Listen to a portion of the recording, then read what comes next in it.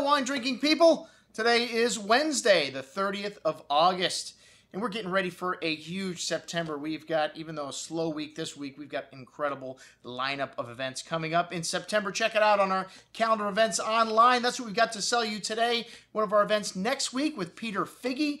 You know, one of the fun parts about this job is discovering new wines, and you never know where you're going to find the next Harlan Estate, the next Marcassin. There's a lot of great small producers starting to pop up everywhere in the great state of California, and Peter Figge being, I think, one of the next generation of cult-like producers.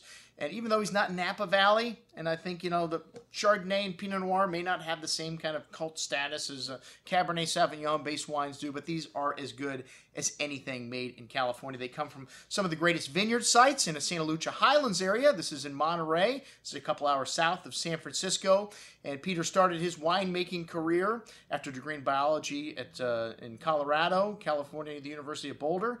And he went out to work a couple of harvests. I think it was Gurgitch and Beringer that he was at in Napa Valley, and then did a harvest in the Barossa in Australia. Came back to California, worked in the Monterey area for Estancia, got his degree at University of California at Davis. And then some of the people that he met along the way said, Peter, we want you to plant our vineyard. And that was the Pelio vineyard, I believe was the first one in 2002. Les and Nini Pelio said, Peter, we love your work. We love you to make our wine, plant our vineyard. Peter said, I don't know anything about making wine, but I'll plant the vineyard for you. And the next thing you knew it, in 2004, he really had the bug. He decided to put his name on a wine. And, you know, Peter had a long history of drinking fine wine with his father, Jim Figge, who has a 4,000-plus bottle collection. And that, to me, are the people that make the greatest wines, the people that know what a great wine tastes like.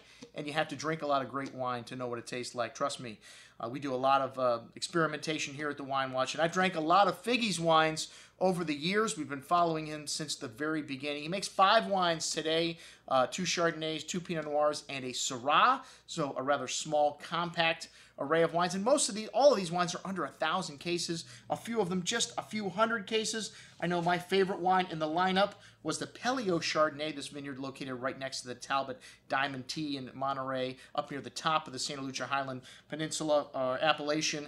And this wine, just to me, had the most layers of flavor in 2009. The Liriana, also fantastic, a little bit further south of there. And Paraiso, he makes a great Pinot Noir from there. And then the Sycamore Flat vineyard located at the southern end of the appellation, completely different climate conditions down there because they don't get the wind that comes through the canyon on the top.